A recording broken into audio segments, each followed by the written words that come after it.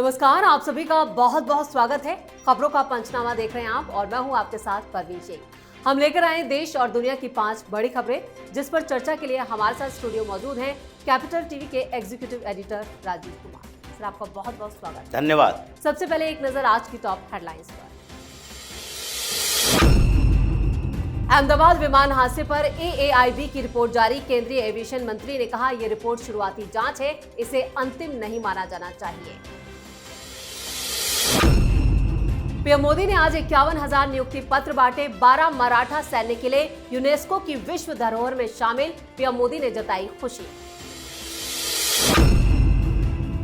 तेजस्वी यादव की अध्यक्षता में हुई महागठबंधन की बैठक। कांग्रेस के प्रदेश अध्यक्ष हुए शामिल। सीट शेयरिंग और घोषणा पत्र पर हुई चर्चा। कर्नाटक का सियासी संकट बरकरार। राहुल गांधी से मिले बिना कर्नाटक वापस लौटे सीएम सिद्धारमैया और डीके शिवकुमार। सीएम बोले, कुर्सी पर नहीं है कोई विवाद। 5 साल बाद चीन के दौरे पर जाएंगे विदेश मंत्री एस जयशंकर। कई मुद्दों पर होगी चर्चा। टैरिफ पर अमेरिका से भी बातचीत जारी।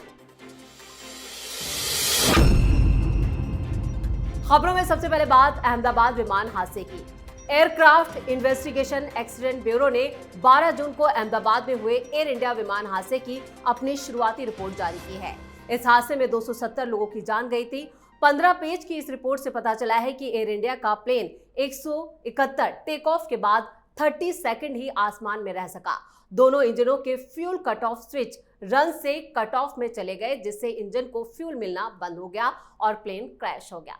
इस रिपोर्ट पर केंद्रीय विमान मंत्री राम मोहन नायडू ने कहा कि हम एएआईबी के साथ कोऑर्डिनेट करें ताकि उन्हें मदद मिल सके। मंत्रालय में हम इस रिपोर्ट का विश्लेषण करें। हमें उम्मीद है कि जल्द ही इसकी अंतिम रिपोर्ट भी आ जाएगी ताकि हम किसी निष्कर्ष पर पहुंच सके। एआईबी की जो रिपोर्ट आई है वो कितनी अहम? देखिए, रिपोर्ट में साफ बताया गया कि जिन जिन मुद्दों की तहकीकात हो रही थी, यानी कि विमान उड़ने के बाद कोई पक्षी से टकराया नहीं, आसमान की स्थिति क्या थी, साफ थी या बादल थे या परेशानियां थी, उस समय हवा कैसे चल रही थी, मतलब बाहरी तौर पर कोई परेशानी थी कि नहीं, इस पर चर्चा की गई।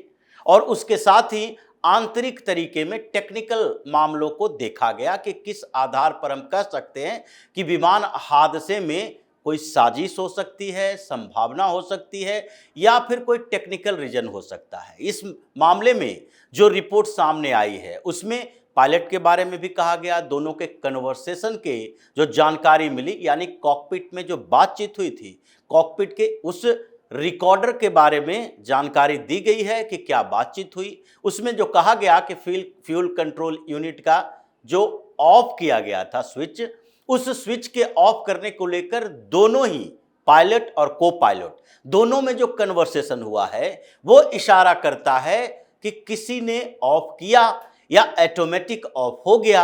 अब जो संभावना दिखाई पड़ रही है उसमें यह देखा जा रहा है कि इसका आगे भी इन्वेस्टिगेशन होगा, क्योंकि जो टेक्निकल रीजन आए हैं उसमें खुद से टेक्निकलिटी प्रॉब्लम टेक्निकल हुआ या फिर किसी ने छेड़छाड़ की। अब ये तो आगे का इन्वेस्टिगेशन बताएगा। अभी तक तो जानकारी मिली कि इस वजह से हादसा हुआ, लेकिन वो वजह पैदा किसने किया, या अपने आप पैदा हुआ, या फिर उसमें टेक्निकल प्रॉब्लम हुए, या किसी ने उसे करवाया, ये सारी जानकारी तो आगे के इन्वेस्टिगेशन में आएगी। लेकिन ये तो तय है कि अब आगे ग्राउंड अधिकारियों से, ग्राउंड लेवल पर काम करने वाले लोगों से, फ्यूल जो डालता है उन स्टाफ से, यानी कि ग्राउंड स्टाफ की तहकीकात भी होनी चाहिए ताकि पता चले कि उस समय पायलट के जाने से पहले कौन गया था, कौन आया था, किसकी क्या भूमिका है। अब ये तो जांच के बाद पता चलेगा कि ये साजिश था या फिर कोई टेक्निकल समस्या थी। जी, खबरों में आगे का रुख करते हैं। पीएम मोदी ने रोजगार मेले के तहत आज 51,000 युवाओं को नियुक्ति पत्र दिए। ये भर्तियां केंद्र सरकार के विभागों और मंत्रालयों में अलग अलग पद पर की गई। वहीं इस बीच छत्रपति शिवाजी महाराज की वीरता के प्रमाण के स्वरूप 12 किलों को यूनेस्को के विश्व धरोहर में शामिल किया गया, जिसमें महाराष्ट्र का रायगढ़ किला और तमिलनाडु का जिंजी किला सहित 11 किले शामिल हैं, जिस पर प्रधानमंत्री ने एक्स पर लिखा, हर भारतीय इस सम्मान से प्रसन्न है। वहीं आज गृह मंत्री अमित शाह केरल के दौरे पर रहे, जिन्होंने तिरुवनंतपुरम में बीजेपी के प्रदेश समिति के नए कार्यालय राले मराजी भवन का उद्घाटन किया और इस मौके पर उन्होंने 2026 में केरल विधानसभा चुनाव में एनडीए की जीत का दावा किया। एक तरफ पीएम मोदी नियुक्ति पत्र दे रहे हैं तो दूसरी तरफ अमित शाह साउथ के जो मिशन है उस पर जुटे हुए हैं। देखिए, जिस तरीके से भारतीय जनता पार्टी काम करती है वो आधार है उसका, यानी सरकारी मशीनरी का उपयोग करो, सरकार अपना काम बेहतर तरीके से करेगी और सरकार और संगठन दोनों में काम करने वाले लोग सरकारी कामों के साथ संगठन को भी कुछ योगदान देंगे। प्रधानमंत्री मोदी सरकार के लिए काम कर रहे हैं और वो सर्वे सर्वा हैं, सरकार के मुखिया हैं, तो उन्होंने जो काम किए, यानी कि रोजगार की बात, ये लोग हंगामा खड़ा करते हैं, आज फिर हंगामा खड़ा कर रहे हैं कि देखो अभी बिहार का चुनाव है तो नियुक्ति पत्र दिया जा रहा है, रोजगार की बात की जा रही है। कब रोजगार की बात नहीं की गई? कब इंफ्रास्ट्रक्चर में रोजगार नहीं दिए गए? कब ये नहीं कहा गया कि देखो सरकारी नौकरियों में अपॉर्चुनिटी कम हो रही है, इसलिए हम प्राइवेट जॉब की बात करेंगे? ये सारे अवधारणा तो 2014 के बाद ही पीएम मोदी ने लाया था और ये नहीं है कि पीएम मोदी का प्रशासनिक अनुभव 2014 के बाद का है। उससे पहले जब गुजरात के मुख्यमंत्री रहा करते थे तो उस समय भी उन्होंने यही मॉडल अपनाया था। इसलिए अभी जो काम चल रहे हैं उसमें कई तरह के सवाल विपक्ष के ऊपर हैं कि कभी तो इनकी चर्चा भी करोगे कि देश में विकास हो रहा है या नहीं, या केवल सवाल करोगे उल्टा सीधा सवाल करने से लोग खुश नहीं हो सकते हैं। इसलिए पीएम मोदी अपना काम कर रहे हैं। उसी तरीके से महाराष्ट्र को लेकर अभी राजनीतिक तूफान चल रहा था। ठाकरे ब्रदर्स को इसके बारे में तो बोलना चाहिए, उद्धव ठाकरे हो या राज ठाकरे हो, छत्रपति शिवाजी महाराज के लिए बात कर करके वोट लोगे, लेकिन जब इतनी बड़ी उपलब्धि हुई है तो उस पर एक चर्चा नहीं करोगे, धन्यवाद नहीं दोगे। इसका मतलब है कि इन लोगों की नेगेटिव पॉलिटिक्स रही है। इसलिए अब जब नॉर्थ से साउथ की तरफ भारतीय जनता पार्टी अपना अलग अलग स्टेट में आधार बढ़ा रही है तो उसमें अमित शाह की भूमिका बढ़ी है। जिस तरीके से उन्होंने नॉर्थ के कई राज्यों में संगठन को और मजबूत किया, वैसे ही अब केरल में, तमिलनाडु में भारतीय जनता पार्टी के आधार को बढ़ाने की जिम्मेदारी उनको मिली है, तो वो धीरे धीरे वो आधार को बढ़ा रहे हैं। जी, खबरों में अब बात महागठबंधन की बैठक की। आज पटना में तेजस्वी यादव की अध्यक्षता में महागठबंधन की 5वीं बैठक हुई। बैठक में कांग्रेस के प्रदेश अध्यक्ष राजेश कुमार, कांग्रेस के प्रभारी, वीआईपी पार्टी के मुखिया मुकेश सहनी सहित दूसरे नेता भी शामिल हुए। बैठक का मकसद सीट बंटवारे के फार्मूले पर सहमति बनाना, ताकि महागठबंधन के सभी दल आगामी चुनावों में एकजुट होकर सहयोग कर सके। इसके साथ ही महागठबंधन के घोषणा पत्र पर भी चर्चा हुई। बैठक में यह फैसला हुआ कि चुनाव से पहले महागठबंधन की तरफ से एक जॉइंट कार्यक्रम आयोजित किया जाएगा, जिसके जरिए जनता के बीच गठबंधन की एकजुटता और योजनाओं को प्रभावी ढंग से पेश किया जा सके। दूसरी तरफ महागठबंधन में आरजेडी के बढ़ते दबाव से कांग्रेस नेता नाराज है, क्योंकि कांग्रेस पर कम सीटों का दबाव बनाया गया, जिससे विपक्ष की परेशानियां बढ़ती दिख रही हैं। महागठबंधन की बैठक जरूर हुई, लेकिन सहमति किसी पर भी नहीं बनी। देखिए, 4 घंटा तक ये मैराथन मंथन करेंगे और इन लोगों का काम आजकल हो गया है नए नए शब्द गढ़ना। जैसे राहुल गांधी नए नए शब्द गढ़ते हैं, उनके इर्द गिर्द के लोग नए नए शब्द गढ़ के इनको देते हैं, वोटबंदी, जुगलबंदी, नोटबंदी। और उसी तरीके से इंडी अलायंस का नाम इन लोगों ने सोच समझ कर रखा, इंडिया रखते हैं, क्योंकि सरकार या भारतीय जनता पार्टी इंडिया शब्द का विरोध नहीं करेगी, ये नहीं कहेगी कि इंडिया गलत है। तो इसलिए भारतीय जनता पार्टी ने भी उसका तोड़ निकाला कि इंडिया नहीं, इंडी अलायंस है। और यहां पर इन लोगों ने महागठबंधन शब्द ढूंढा है, महागठबंधन।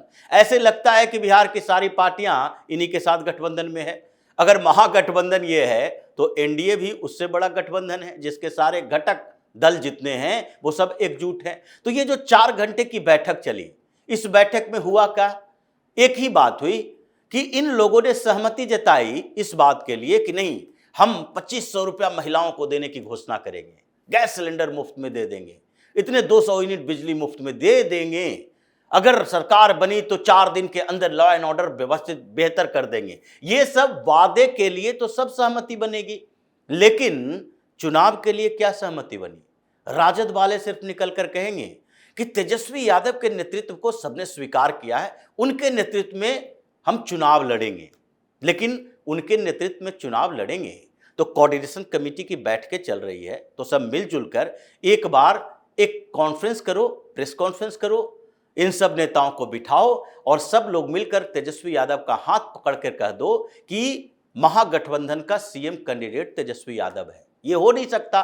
तो फिर चुनाव के बाद क्या होगा, इस पर अभी राजद कह रही है कि नहीं, तेजस्वी यादव तो महान नेता हो गए हैं, सब लोगों ने स्वीकार कर लिया, मतलब ये बैठकों का दौर चलेगा। उसी तरह से जैसे कि बैठकों का दौर चलता रहा लोकसभा चुनाव से पहले इंडी अलायंस की बैठकें हुई, लेकिन किसी जगह पर सीट शेयरिंग का फार्मूला डेवलप नहीं हो पाया। पश्चिम बंगाल में सब अलग अलग चुनाव लड़े और दूसरे राज्यों में जो गठबंधन पहले से थे, महाराष्ट्र में पहले से थे, उत्तर प्रदेश में पहले से थे या फिर बिहार में पहले से थे, वही फार्मूला रहा। इस बार महागठबंधन की स्थिति बिहार में वैसे ही होने वाली है। और खबरों में अब बात कर्नाटक में मचे बवाल की। दिल्ली में कई दिनों तक डेरा डालने के बाद आखिरकार राहुल गांधी से मिले बिना ही कर्नाटक के सीएम सिद्धरामैया और डिप्टी सीएम डीके शिवकुमार बैरंग लौट गए। राहुल गांधी की बेरुखी का अपमान का घोट इन दोनों नेताओं ने पिया, लेकिन कर्नाटक का सियासी संकट अब भी बरकरार है क्योंकि डिप्टी सीएम ने बड़ा बयान दिया। डीके शिवकुमार ने कहा कि हम सभी कुर्सी के लिए लड़ रहे हैं, कई सारी कुर्सियां खाली रखी हैं, आइए बैठ जाइए। कुर्सी मिलना बहुत मुश्किल है, लेकिन जब मिल जाए तो बैठ जाना चाहिए। आखिर कर्नाटक का जो सियासी संकट है कब खत्म होगा? देखिए, खत्म नहीं होगा। सियासी संकट बरकरार रहेगा कांग्रेस के लिए। सरकार बदल सकती है, संकट खत्म नहीं होगा। संकट तो उसी दिन से शुरू हो गया था जिस दिन राहुल गांधी ने आश्वासन दिया कि 2.5 साल की सरकार चलेगी। इनका फार्मूला पहले का था और ये यहां भी इंप्लीमेंट करने की कोशिश कर रहे थे। उसी समय से ये लगातार चलता रहा कि पावर टसल। डीके शिवकुमार इंतजार करते रहे, जैसे ही 2 साल क्रॉस करेंगे फिर दबाव बनाना शुरू करेंगे। राहुल गांधी ऐसी स्थिति में पहुंच चुके हैं कि वो इन लोगों का सामना करने से कतरा रहे हैं, तो समस्या का समाधान कैसे होगा? राहुल गांधी ये सोच रहे हैं अपने आप टल जाए या मुसीबत टल जाए या सरकार गिर जाए, लेकिन जिम्मेदारी मेरे ऊपर न रहे। हम तो ये बोल देंगे कि सुरजेवाला डील कर रहा था, खड़गे डील कर रहे थे, ये हम तो डील ही नहीं कर रहे थे। तो इन लोगों ने डील ही नहीं किया, सही तरीके से संभाल नहीं पाए, तो जिम्मेदारी इन लोगों की है। इसलिए कर्नाटक का संकट अब बढ़ गया है कांग्रेस के लिए। अब नेतृत्व परिवर्तन की बात नहीं होगी, बात होगी सत्ता परिवर्तन की। अब नई डील चलेंगे और कुछ दिन के अंदर खबर आएगी पिछली बार की तरह, क्योंकि ये 2 साल का समय जो होता है कर्नाटक में कांग्रेस के लिए, ये बड़ा मुश्किल होता है। पिछली बार भी 2 साल के अंदर ही सरकार चली गई, इस बार भी लगता है कि 2 साल के बाद ये 2.5 साल तक आते आते सरकार इनकी चली जाएगी। जी, खबरों के आखिर में बात टैरिफ पर मचे बवाल की। भारतीय विदेश मंत्री एस जयशंकर चीन की यात्रा करने वाले हैं। ये पिछले 5 साल में उनकी पहली चीन यात्रा है, जिसे दोनों देशों के बीच कूटनीतिक रिश्तों के लिहाज से बेहद अहम माना जा रहा है। एस जयशंकर चीन में 14 से 15 जुलाई को एससीओ समिट में हिस्सा लेंगे और सदस्य देशों के साथ कई अहम मुद्दों पर चर्चा करेंगे। और भारत और अमेरिका अपनी व्यापार वार्ता को भी आगे बढ़ा रहा है। दोनों पक्ष सक्रिय रूप से चर्चाओं में शामिल हैं। जल्द ही एक भारतीय प्रतिनिधिमंडल अमेरिका का दौरा करेगा और डील को अंतिम रूप दिया जाएगा। एक तरफ विदेश मंत्री एस जयशंकर चीन की यात्रा पर, वहीं अमेरिका से भी टैरिफ को लेकर और जो बिजनेस डील हो रही है उसको लेकर बातचीत जारी है। देखिए, जारी तो होनी चाहिए और ये रणनीति बदली है। भारत की रणनीति भी ऐसा नहीं है कि एक ट्रेडिशनल तरीका अपना लिए और उसी ट्रेडिशन पर चलते रहे। समय के अनुसार डिप्लोमेसी बदलनी चाहिए, जैसे अमेरिका बदल रहा है। अमेरिका का एक ट्रेडिशनल तरीका रहा कि कुछ देशों को टारगेट करो और उसको बैलेंस करने के लिए उसके दुश्मन देशों के साथ हाथ मिला लो और बीच बीच का रास्ता अपनाओ, जैसे भारत के साथ है। अमेरिका और भारत के संबंध ऐसे ही रहे। वो भारत के साथ भी बेहतर संबंध की बात करेगा और फिर पाकिस्तान से भी हाथ मिलाएगा और इस आधार पर भारत को बैलेंस करने की कोशिश करेगा कि अगर भारत इधर से उधर किया तो हम पाकिस्तान को ज्यादा सपोर्ट कर देंगे। तो ये आधार जो अमेरिका ने बनाया और आज जो अमेरिका कर रहा है, जैसे अभी भी भारत पाकिस्तान संघर्ष के समय में ये ट्रंप जितने भी क्रेडिट की बात करे, लेकिन पाकिस्तान के साथ उसके संबंध अच्छे रहे। तो फिर हम लोगों ने भी सोचा, जैसे आज भारत की स्ट्रेटजी जो बदली है उसमें यही देखा जा रहा है कि भारत और चीन के साथ बॉर्डर डिस्प्यूट है। व्यापार में कंपटीटर भी एक दूसरे का है। अफ्रीकी देशों में हम दोनों एक दूसरे का कंपटीशन करते हैं, लेकिन अभी ट्रंप ज्यादा बौखलाया हुआ है, परेशान है। तो ऐसी स्थिति में हम क्या करेंगे? ऐसी स्थिति में व्यापार के मामले में चीन परेशान अमेरिका से, भारत को भी दबाव में लाने की कोशिश। तो ऐसे में इन दोनों के बीच बैलेंस करने के लिए चीन के साथ हम भी थोड़े बेहतर संबंध की उम्मीद करें।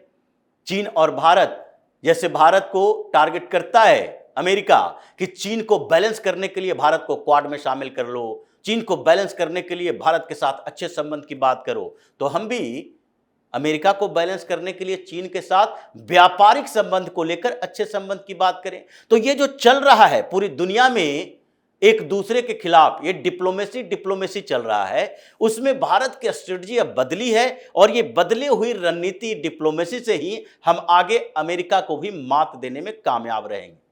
जी, इस तमाम जानकारी के लिए और सटीक विश्लेषण के लिए आपका बहुत बहुत धन्यवाद। धन्यवाद। खबरों का पंचनामा में आज के लिए इतना ही। देश और विदेश की बाकी खबरों और उनके सटीक एनालिसिस के लिए देखते रहिए कैपिटल टीवी। वीडियो को लाइक करें, शेयर करें और कैपिटल टीवी को सब्सक्राइब जरूर करें। धन्यवाद।